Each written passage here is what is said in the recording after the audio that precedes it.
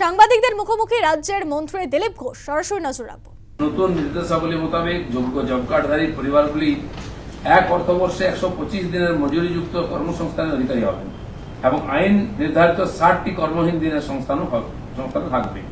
প্রকল্পের খরচ কেন্দ্র ও রাজ্যের মধ্যে 60-40 অনুপাতে ভাগ হবে। আশা করা হচ্ছে যে এই প্রকল্পের বার্ষিক ব্যয় 12,850 কোটি টাকা অতিক্রম করবে। প্রধানমন্ত্রী আবাস যোজনা গ্রামীণ রাজ্যে প্রধানমন্ত্রী আবাস যোজনা গ্রামীণ এর অধীনে যোগ্য গ্রামীণ পরিবার নিশ্চিত করতে আবাস প্লাস 2024 সমীক্ষার কাজ শুরু হয়েছে। প্রতিটি গ্রাম পঞ্চায়েতে সমীক্ষক দল বাড়ি বাড়ি গিয়ে সমীক্ষার কাজ শুরু করেছে, যা 20 জুলাই 2026 এর মধ্যে শেষ হবে। এরপর জব কার্ডের তথ্য যাচাই, গ্রাম সভার অনুমোদন, জনপর্যালোচনা এবং জেলা স্তরের কমিটি কর্তৃক তালিকাভুক্ত চূড়ান্ত অনুমোদন হবে। অনুমোদনের পর স্থায়ী অপেক্ষমান তালিকাভুক্ত পরিবারগুলিকে প্রকল্পের যোগ্য উপভোক্তা হিসেবে বিবেচিত হবেন। পশ্চিমবঙ্গ রাজ্য গ্রামীণ জীবিকা মিশন এই প্রকল্প এর অধীনে বর্তমান অর্থবর্ষে রাজ্য নিম্নলিখিত লক্ষ্যগুলি অর্জন করতে চায়। 1 লক্ষটি নতুন স্বনির্ভর গোষ্ঠী এসএইচজি গঠন হবে নতুন করে। প্রায় 40,000 কোটি টাকার ব্যাংক ঋণের ব্যবস্থা করা, যা গতবারের তুলনায় 5,000 কোটি টাকা বেশি। এই স্বনির্ভর গোষ্ঠীগুলোকে আমরা 40,000 কোটি টাকা ঋণ বিতরণের এবারে লক্ষ্য রেখেছি। প্রতিটি স্বনির্ভর গোষ্ঠী কিছু গড়ে প্রায় 3.5 লক্ষ টাকা ঋণের ব্যবস্থা করা হবে।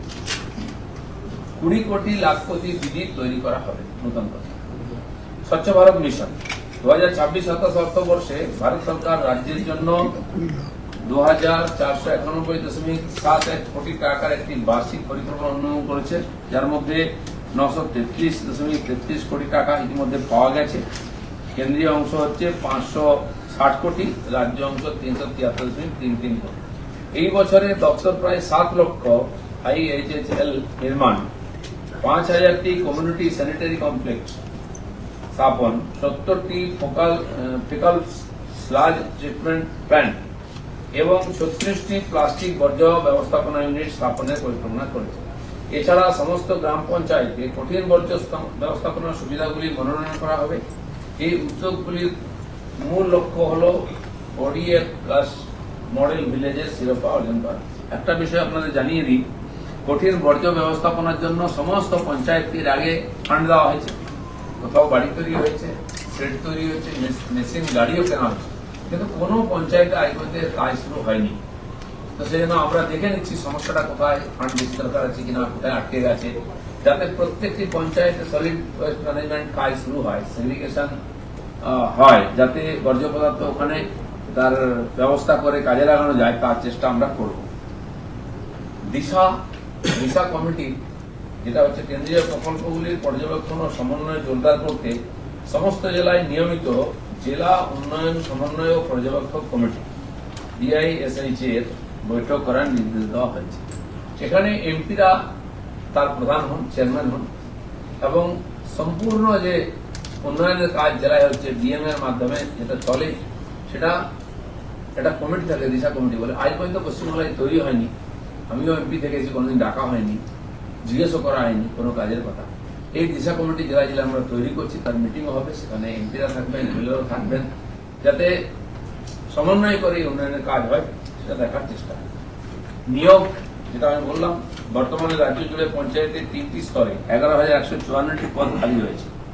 গ্রাম পঞ্চায়েতে 9,936, পঞ্চায়েত সমিতিতে 660 এবং জেলা বা মহকুমা পরিষদে 558টি। পূর্ববর্তী মন্ত্রিসভার বৈঠকে এগুলির মধ্যে 6,536টি পদ সরাসরি নিয়োগের জন্য অনুমোদিত হয়েছে। গ্রাম পঞ্চায়েতে 5,509, পঞ্চায়েত সমিতি 564 এবং জেলা মহকুমা পরিষদে 463টি। তবে নিয়োগের প্রক্রিয়া শুরু হয়নি, পরীক্ষা ইত্যাদি হবে। তার সঙ্গে যেটা আমরা টার্গেট করেছি যে 11,154টি পদের একসঙ্গে নিয়োগের ব্যবস্থা হবে। পঞ্চায়েত ও গ্রামোন্নয়ন দপ্তর কর্তৃক গৃহীত অন্যান্য প্রশাসনিক ব্যবস্থা সমূহ যাতে স্বচ্ছভাবে এই কাজ হয়, তার জন্য কিছু আমরা ব্যবস্থা নিয়েছি। জেলা শাসকদের নির্দেশ দেওয়া হয়েছে যে একই স্থানে 3 বছরের বেশি সময় ধরে কর্মরত PRI কর্মীদের বদলি করতে হবে। এরকম প্রায় 1100-এর বেশি কর্মী আছেন, যাদেরকে এই মাসে ট্রান্সফার হবে, যারা 3 বছরের বেশি পঞ্চায়েতের বিভিন্ন জায়গায় পোস্টিং হয়ে আছেন।